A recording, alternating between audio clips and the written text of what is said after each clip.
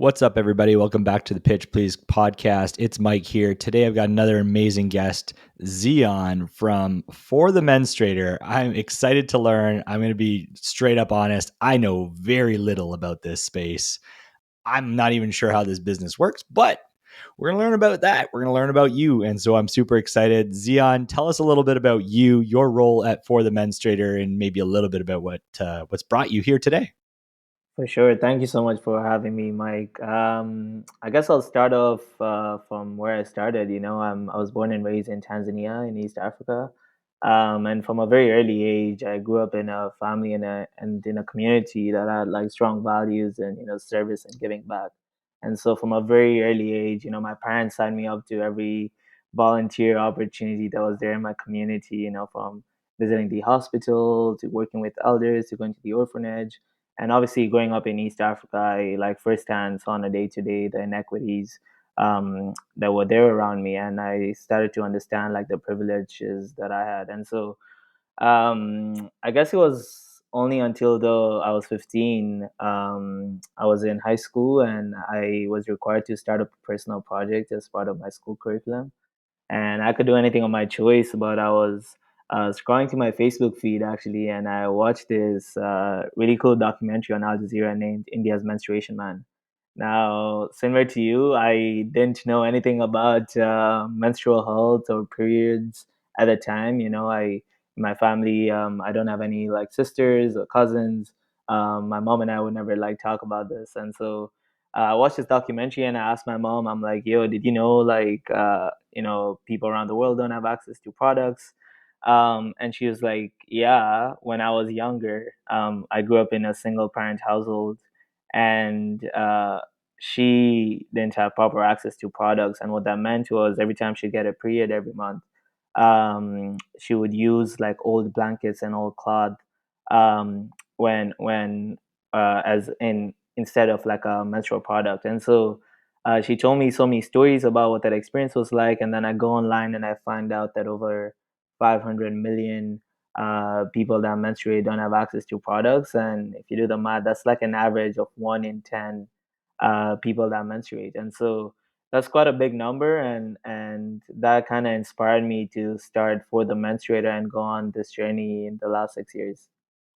Wow, there's so much to unpack there, like an inspiring story. Um, I almost so this video clearly inspired you to be curious. Yeah. I want to come back to that video in a second, but until this moment, you said you had strong family values around understanding acts of service and giving back and being involved in the community. Did you ever think that was going to lead you to entrepreneurship?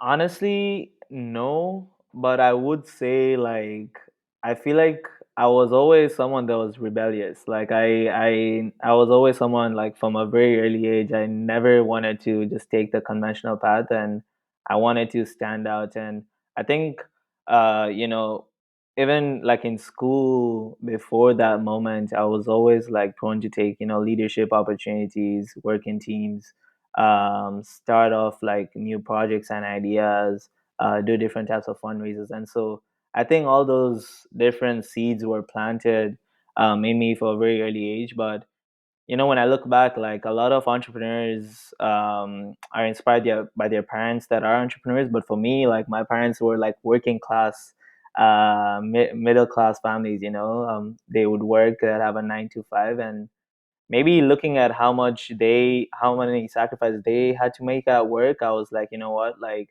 they made these sacrifices. I don't want to live a life where I'm bound by a 9 to 5 job. And so I think maybe those seeds were also planted at a very early age. It's interesting. And then so this video, let's talk about it. So you watched this video, like it just randomly came up in your news feed. Yeah. You're like, I'm curious of this thing I've never really understood or heard about.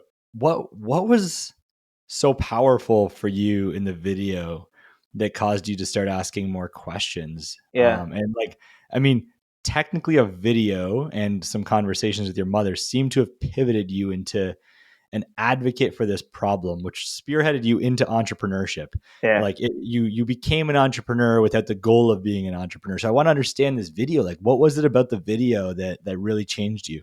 Yeah, so the video was about a man in India that created menstrual products that to support menstruators in India, and I don't know, it was just like it wasn't even that long a video. It was just the fact that at the point I had to ideate and come up with something for my personal project at school, and I could do anything on my choice, and so as part of that ideation and brainstorming phase, I think it was just like right timing. And I'm like, whoa, like I've never heard about this. Let me just talk to my mom about it. And then I think that I just went down that rabbit hole after she told me that story of like looking at the numbers and seeing how big the problem is. And also the fact that I lived 15 years of my life and no one told me about this. I feel like I was like, this is a great opportunity for me to do something. It's interesting. Like sometimes everything happens for a reason, right? You had your mindset with your hat on around this project that you had to do, and then you sought ideas probably in a million other spots, but like this inspired you to learn and ask more questions, which is so interesting. Um, I want to hear your pitch on it, but before that, can you just like share a little bit about this space just to educate me and any other listener chiming in? I want to make this super relevant to everyone. I don't want Yeah. like some bias to, only women start to listen here forward. I want to like genuinely learn and understand myself. And I hope others will, stick around for the rest of the episode to do the same. Yeah, no, for sure. So I guess to tell you more about the space, as most people know, every girl gets their period once a month, and during their cycle, people wear different types of products, and so depending on your preference, so there's disposable menstrual products that you'd see at like a supermarket. There's like menstrual cups, there's tampons, there's all these different products, and um, but specifically in the space that I'm working in, I mentioned the stats around those that don't have access to products, right? And so um, the numbers are around 500 million menstruators, which And, is and sorry, yeah, just to interrupt, like when you say products, like the things that we're used to going to the store for, like the grocery store, the yeah, shop, like the pharmacy store, like the reality is in North America or probably most of the developed world, people are used to being able to go in and just purchase something, generally disposable, sometimes reusable. There's yeah. options.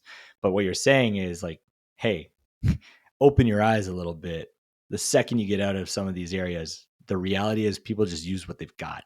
There isn't a Yeah, product for them to go get a handle on or the luxury of being able to afford or get a I product. think so. I think the issue is affordability, right? And Okay. so So even it's not here, necessarily just access. access, Affordability is a big yeah, piece of this. exactly, yeah. And so that affordability component is, I think, the issue even here in North America. So in Canada, actually yesterday was menstrual health day, and Plan Canada released a report that 1 in 4 Canadian menstruators actually wear their products for longer because they can't afford products, and they have to ration.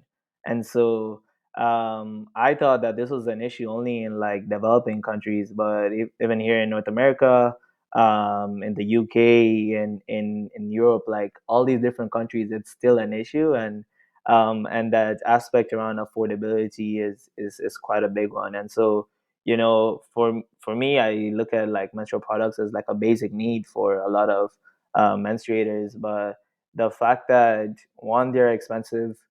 Two, there's in a lot of countries there's this idea of like a pink tax, and basically menstrual products aren't considered necessity items, and so there's an added tax on it compared to like other basic needs, right? And so when you go down systematically and look at this issue, unfortunately, a lot of decision makers are men that don't really understand what a period is, and so systematically, there's an issue around that too. Yeah, Now, talk to me about like just dumb it down for the everyday listener. Like, why does this matter? I imagine there's some aspects of hygiene, some aspects of health, some aspects of comfort, but like, what are the implications of not having affordable access or frequent access to products the way yeah. people need? And so for those that don't have access, you see, there's a lot of issues. So one, we mentioned that issue of hygiene, right? And so people would use old rags, cloth, blankets, leaves in some countries, um, in order to make sure that they don't bleed openly when they're going outside, right? And that is obviously unhygienic, and there's all this research around how that can lead to like cervical cancer, and so forth. um, but moreover, in especially the community that we worked in, especially young girls that need to go to school, for them they would miss school 7 days a week, every time they would get their period, and that would there's direct correlation to like dropout rates, which is also related to them not eventually having employment and then being trapped in this poverty cycle, right? And so there's that, and then in some communities we Wow, like hold see. on, I gotta jump in there. Like it's crazy because like even my initial assumptions were like health, comfort, but you're talking about like Yeah, access to education, opportunities, and equal opportunities at that degree. Like I had no idea. So sorry, continue on. It's just like a yeah. moment of reflection and pause as I learn about this here with you. Yeah, and then and as you go further, down the line, there's community. So in Kenya and East Africa, there was a lot of like reports where people that wouldn't have access to products would actually trade sexual activities with local businessmen and bike drivers in return to get products. And so there's a direct correlation to like teenage pregnancy. And then you see situations where there's a whole thing about not being able to go to work, and then even the taboo around this topic, right? And the fact that periods and menstruation is seen as something dirty. It's not usually talked about in the open, and so we've seen cases where menstruators have uh, there's this idea of like being period shamed, and so they've been looked at as dirty, or they're not able to go to the mosque, or they're not able to carry out like cook. And so like I think a couple of years ago in Kenya we had a situation where a girl went to school, she got her first period in class. Her teacher made her stand up and embarrassed her in front of the whole class. When she went back home, she was obviously sad, and because she was kicked out of class just because she got a period. And then a couple hours later she took her life. And then we saw a similar case in India as well, same thing. And so this issue of like the taboo, and the fact that it's seen as something dirty is like a whole other thing that we need to talk about.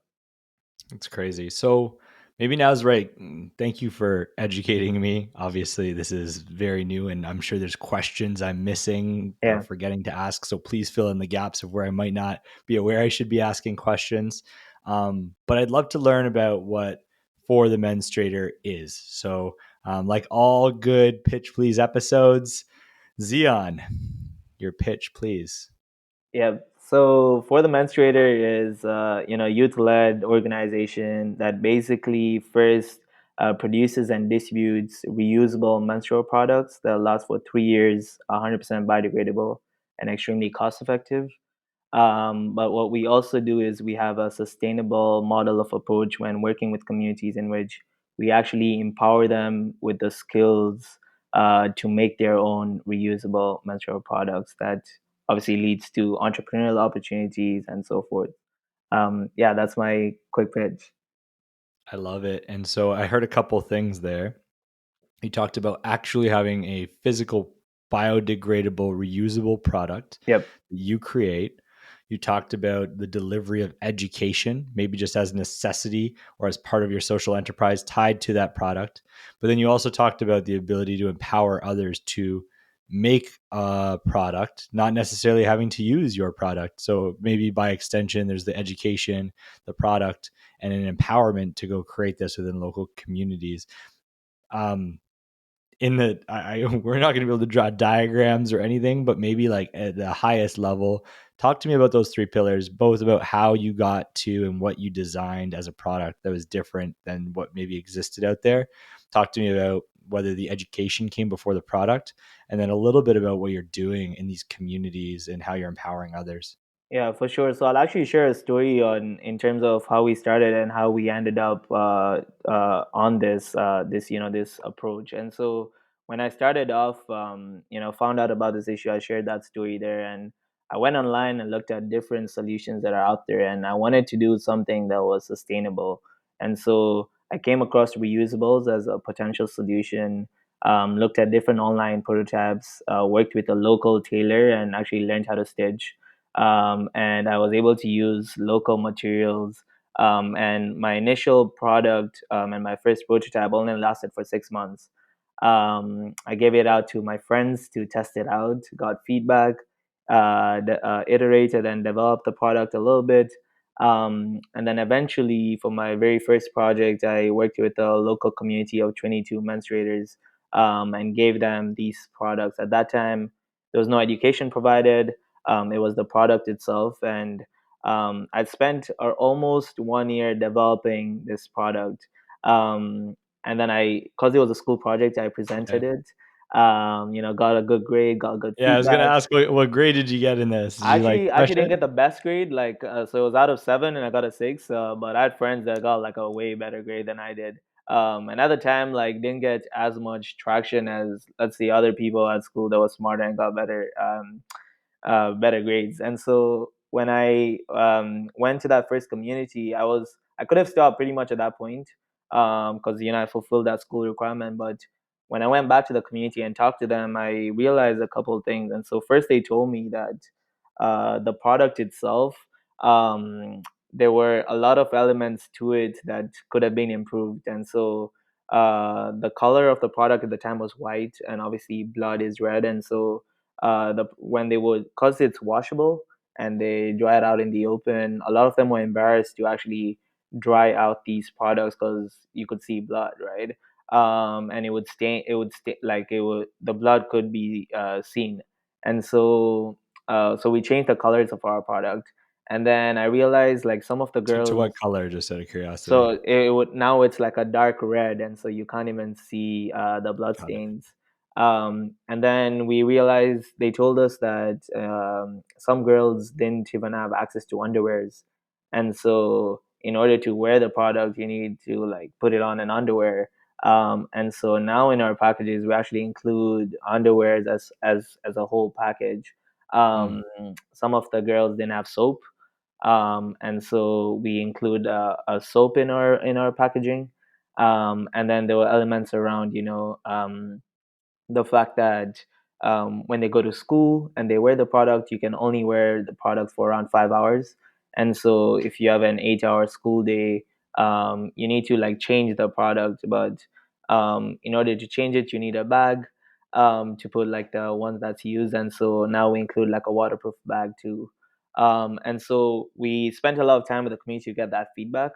But what we also found out is, the product only lasted for 6 months, and the people that we worked with told us that what's going to happen to us after the 6 months, right? Do we go back And into and 6 months because of the product or because of the consumable items that you were attaching with the sale? the product, the reusable Okay. product itself? Yeah. Just because of the materials that we used at the time. And so And was it biodegradable then too? yeah, so it was biodegradable, but there were certain things like our buttons that we Mm, used that weren't like biodegradable. Um, but yeah, it was like I try to incorporate that sustainability aspect from like the very beginning. that's awesome. Um, and so we got that, and so they told me after the 6 months what's gonna happen, and I realized in reality I actually create contributed more to the problem than solving it, because now they're dependent on someone external to come and help them.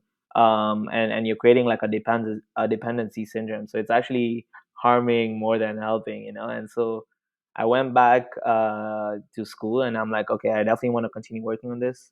First thing I did was I started up a team, and so we were around 7 to 10 people at the time. And what we changed was, as I mentioned, the product. So we actually worked with a local community-based organization that employed women with disabilities, and they used to make their own products from before. And so we kind of partnered up with them and decided to come up with a product that combined both of our existing products. And so now our product, as I mentioned, lasted 3 years, comes with all the different things, and it has all these aspects that I didn't think about before. And that just shows the power, of, especially when you're starting off, of really working with the community and understanding their needs, right?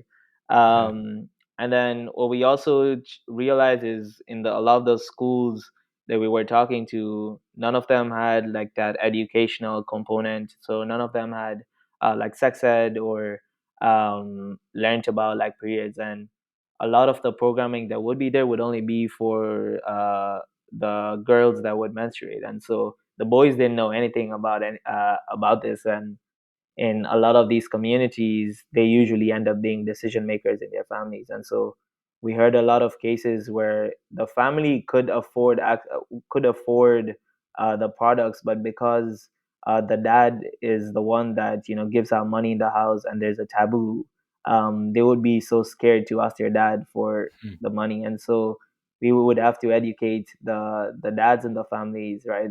To also do that, and that starts from when they're at school. So that's why we incorporated this, educational workshops. So the workshops were like brought into schools like when they were younger, or were you Exactly. also educating adults at the same time? So depending on the community that we worked in, we would definitely have the schools that we would work in. The boys would learn that, and would have programming for that. But in certain scenarios, we would have like town halls where we call all the parents and engage them too. And then lastly, we realized, okay, now our product lasts 3 years, but what's going to happen after the 3 year mark? And so what we do now is when we do give out the products, we go into community and then work with them as like an after school programming to actually teach them how to make their own Hmm. products. And so the good thing about that is, it's this whole idea of don't give a man a fish, but teach them how to fish, right? And so um, they would now have the skill to actually make their own products. And since all the materials are locally sourced wherever we have worked in, we know that after the 3 years, they can, use local materials to get access to these products. And what we've also seen with that is it usually has an exponential effect, right? And so if there's a group of like 1,000 girls in a community, and if we just work with like 10 girls, those 10, what we've seen, usually pass on that skill to 10 others, and those 10 pass on to 10 others, and then eventually the whole community has access to this product. And in some situations, what we've also done is uh, we've done workshops where they can actually use the skills to make more products and sell it in their communities, so that they can earn a living out of it, and create entrepreneurial opportunities for themselves. And so yeah, now it's been like 6 years, and it's definitely, our team has grown to over 150 volunteers, and we've worked with 20,000 menstruators in 10 countries. And it's honestly been such a journey, and we hadn't perfected this model, and it's definitely come over time. And even until today, we're learning and growing and trying to develop as we move forward.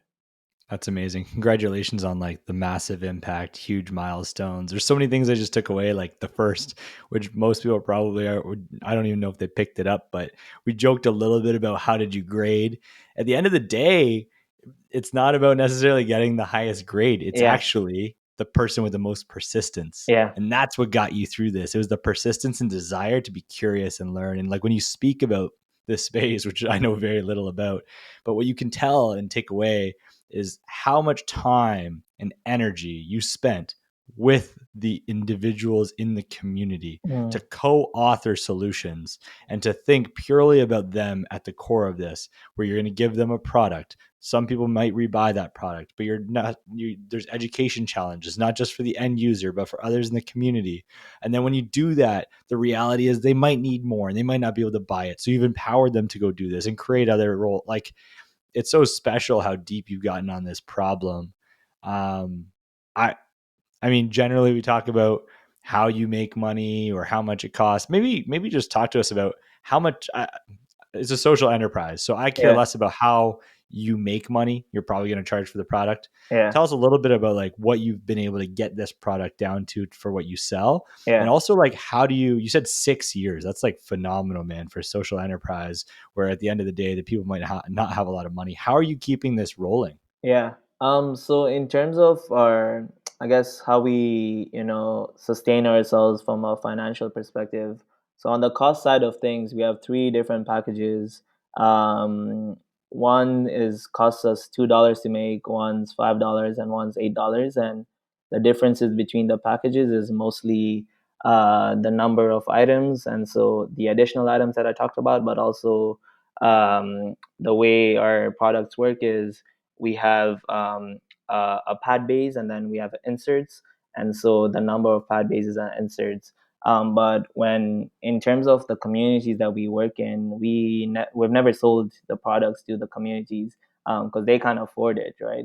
Yeah. And so from how we have been able to do this is when we started off, and I was like 15 at the time, and so every time I'd reach out for donations or sponsors or work with corporates, I'd obviously get rejections. And so I just started at my school, man. Like we used to have events every Friday, and I went to a boarding school, and shawarmas were very popular.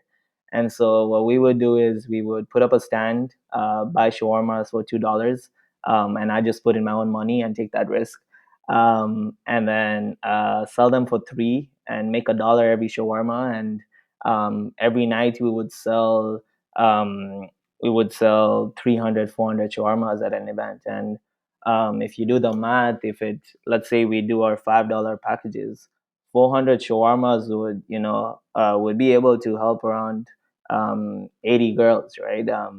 Just from one week of selling shawarmas. And so we started off like that when we are super early, and as we started getting traction, one big source of revenue for us was like our corporate partnerships. And so in Kenya, we worked closely with one of the biggest banks in the country, and our first partnership was them with them was they gave us a $12,500 grant. And the way we approached it was, although we were young and we weren't even registered as a charity at the time, but we somehow through connections got into the room with them, and we try to pitch them what the benefit for them would be. And so since our packages would come in these bags, we were like, look, we will blast your logo on that bag, and think about the fact that all over Kenya there'll be girls going to schools with these bags,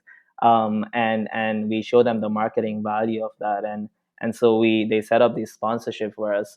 And the day they announced our sponsorship, this is in 2020, right before COVID hit, they put out a press release saying that they're committing $500,000 to causes related to menstrual health for the next 5 years. And fortunately, we've been the only organizations that they've worked with. And so we renewed that partnership after, and they are one of our long-term partners, and so that's been one of our biggest sources of support. And then obviously we still do events in schools, fundraisers, dinner galas, online crowdfunding. Weirdly, we've never really applied to major grants because it's really hard to access those in developing countries. It's not like here in Canada. But yeah, that's been how we've been able to sustain ourselves.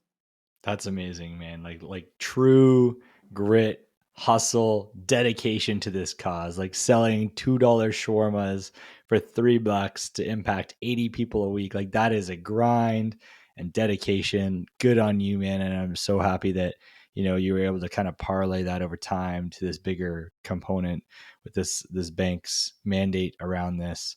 Um, the journey, 6 years is a long time.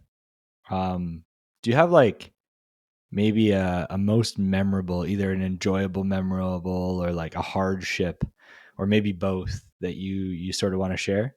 Yeah, there've been a lot of moments. Like I think I'm trying to think of a lot, but I think one that I'm really, or a couple that I'm really proud of is we've been able to, work in um, situations of hardship and crisis. And so I remember with the Ukraine crisis that happened, we were able to support the refugees at the time that were trying to escape to Poland. And so we partnered up with actually one of my favorite YouTube channels, Yes Theory.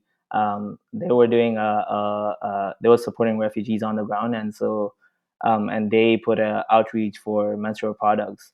And so we were able to we had saved up admin costs that were never used because we've never like paid ourselves. And I was like, dude, this crisis is happening, we want to support these people need the money on ground. And so we fully put all of our administration costs that we had saved up over the years and sent that all on ground in Ukraine to support them. We did something similar with the Turkey earthquake recently, and we were able to support with that. And I think what I'm really proud of what we've been able to do as an organization is, I've never been to Turkey, I've never been to Ukraine. Out of the 10 countries that we've worked in, I've only visited two of them, and but our impact has reached there, right? And that just shows the power of collaboration, especially like in spaces where it's like social enterprise. I think it's really powerful to come together and do stuff together like that. I think I also remember I remember I mentioned when we got that funding right before COVID, and that was our because we're all volunteers, student run, and we were all based out of my boarding school in Kenya. When COVID hit, it was lockdown, and we all had to go back to our own countries. And so I received this huge amount of funding, and I'm like, okay, what the hell do I do now? We were also getting way more requests for donations because a lot of these communities that we would support, they would get their products in schools, but now schools are closed, and so they would all go to their homes. And so what I did from my room in my home country in Tanzania is I mapped out all the different organizations in the space in Kenya at the time, and I'm like, look, we have funding. Our production partners are these women with disabilities that work full time to make these products. And so if we don't give them orders, they're not also going to get employment. So I asked them to take their machines back to their houses. They had materials, and I told them just make as many products as you can. I reached out to all these different organizations that had access to going on ground, and what we did was we sent all the products we made via a bus to all these organizations, and they went door to door during COVID to distribute these products. And before COVID, our numbers were only 500. At the end of 2020, we had supported 8,500 people. And so we, went 10x during COVID, It's crazy. that was all the support of like all everyone coming together at the time. It's crazy, dude. The work you've been doing is unreal. Like the taking your administration funds, pouring it back into this business, dude. Your heart is in this. Um, it sounds like you've made no money, but have done massive things to drive massive impact over 6 years. You've got this amazing story of like becoming an entrepreneur. Like this is like you felt so passionate. You know how they talk about people that are like entrepreneurial, and then there's people that are like so passionate about a problem that it doesn't matter, turns them into an entrepreneur. And that's your Mm. story. Um, this can't be the only thing you're doing now. I see like this grin in your face, this twinkle in your eye. What else are you up to right now? Is it just for the Menstruator? Obviously, it's still going, but Yeah. is that the only thing on your plate, or are you up to some other new stuff that you can talk about? Yeah, so yeah, it's definitely been 6 years now, and I think this opened, a lot of opportunity for me and really showed me like my passion for entrepreneurship, as you mentioned, right? And so obviously on the side, I my creative outlet is my podcast. I run a podcast called Leaders of Today, where our whole goal is to inspire young people that do want to start something to just go for it. And so we interview young people in different spaces, artists, activists, entrepreneurs, and I say it's a gift to my 15-year-old self. When I started off, it was really lonely, and I had never heard stories of people my age that were doing stuff. And so I do that as my creative outlet. But right now, I'm working on a startup idea that addresses this issue of sustainable sources of funding for charities and donor retention. And so when I started as part of my work with For the Menstruator, I got an opportunity to work with a lot of charities, and I realized one, charities are spending most of their time trying to fundraise and less of their time being able to do the work that they're doing. And there's all of these issues around not having sustainable sources of funding, around donor retention. But what really, I guess, pissed me off a lot was the fact that there's a lack of innovation in the social impact space, right? Because um, charities and nonprofits don't have incentives to innovate. And so for me, obviously, I just finished my third year doing my business degree at UBC, and I've been able to, learn a lot about entrepreneurship and business. And so I want to use my experiences and tie in that aspect of like, how do I create a platform that can create sustainable sources of funding and retain donors using technology and innovating there. And so it's been 1 month. I'm currently part of the Next 36 program, and I've been just spending my time trying to innovate there. Like social impact on steroids, my friend. You're just killing it one time after another. We'll bring you on separately to talk about that. Like, let's let it stew a little bit. But I mean, you have a podcast to inspire the younger generation, or maybe current people just thinking of taking the leap. You've obviously done it once. You're continuing to do it to drive things.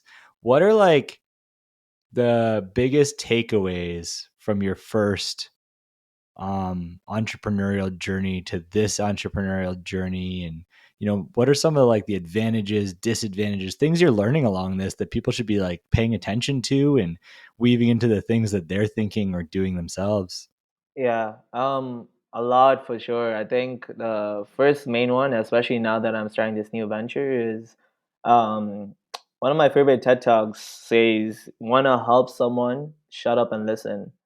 And I think that's been such a big lesson for my first venture, just spending time with those communities and truly understanding their pain points. And so as I'm starting this new venture, I've just been spending so much time truly just listening to our potential customers, right? And figuring out what their pain points are. I feel like a lot of the times entrepreneurs come up with an idea and thinks that's the best solution, and they're so obsessed with the idea and not the problem. And so I think spending the time to truly understand the problem and not having the rush of like I guess trying to make money or trying to do a hustle. I think being obsessed with the problem and figuring out what it is there. And so literally with this new venture, like I'm pivoting every day with my idea because I'm finding out that the problem is something completely different. And so going through that process of you find a problem, come up with a ton of hypotheses, create an MVP, and then experiment, and go through that whole journey until you eventually, find product market fit, or have someone that's actually willing to pay for your product. And being patient with it, I think it's also a tough one, especially as like young entrepreneurs. We see on social media people just blowing up and starting up companies. But honestly, entrepreneurship is thinking of it as like a long term game, and really being in there for the right reasons, right? And I think every day I with this new venture, since it's also has a social impact component, people tell me every day there's no money in this space, man. Like, and why are you doing this, right? Just find a different problem to solve for. But I think for me, just reconnecting me with my why, and thinking about why is it that I started this in the first place and went on this journey, right? I think has been a big one. So important. The connecting with the why, the shutting up and listen, the focusing on, truly solving the problem, not just rushing to market with your own conclusions. Really good, sound advice. Um, we've covered so much. Wow. Dude, we're definitely going to leave ways for people to follow your journey on For the Menstruator. But I definitely think people are going to want to follow you and your journey. You're just so inspiring to like hear what you're up to. I'm sure a bunch of people are going to want to help support these causes and learn more from you. Where can people find out more about For the Menstruator? We'll link these things too, but where can people find out more about For the Menstruator, or find out more about the things you're up to or your podcast? Like just shamelessly plug yourself right now, man. Yeah. Just you've earned it. Yeah, so for the menstruator, you can just search us up on any social media at for the menstruator. Leaders of Today Pod is our handles for the podcast, and then lastly, my personal one is at Ziyaad Virji on all platforms. Yeah, I think I'm someone that as part of this journey, there's been so many people that have supported me and helped me get to the next level. And then so I also just spend a lot of time trying to mentor other folks. And so if anyone has any questions or is just looking to find someone that can be a soundboard, I'd love to chat and help out. And once again, I appreciate you giving me this platform too. I haven't done anything, man. I've tried to shut up and listen. I've been itching to ask more questions, but I've been trying to listen. Thank you for teaching me about something I know very little about. Thank you for teaching me about your inspiring journey and so many words of like wisdom that I think others can take in. Any closing like thoughts or final words on your side, Zian, and that you want people to hear and take away? Yeah, no, for sure. I think there's a couple of things. Firstly, one of my favorite quotes says, "The energy is in the purpose, not the plan." And so, before you start off anything, really take the time to be intentional about that why and that purpose. Because no matter what you end up doing, right? Like, even if it's a shit show, even if it's like the best idea in the world, if you don't know the why of what you're doing, um, it's going to be tough and it's going to be hard to be anchored. And so I recommend people checking out this concept of ikigai that has been so tremendous to my life, to figure out what your why is. And then second thing, just talking about the concept of my podcast, we our whole thing is, as young people, we're not only leaders of tomorrow, we're leaders of today. And my grade 3 teacher used to tell me, when I used to submit my homework late and say I'd submit it tomorrow, she would say tomorrow never comes. And so if you have an idea, if you have an itch to start something, if you want to just do something, don't wait for tomorrow, just start today. Because truly tomorrow never comes, and the best way to do something is to start now. Amazingly inspiring words to close out. Again, Zian, thank you so much for joining us. Thank you, everyone who tuned in and stuck through this inspiring journey. I hope you learned as much as I did about a topic you might not have thought you would discuss on a podcast. Zian, again, thank you for sharing the time with us today. Everyone, catch you on the next episode.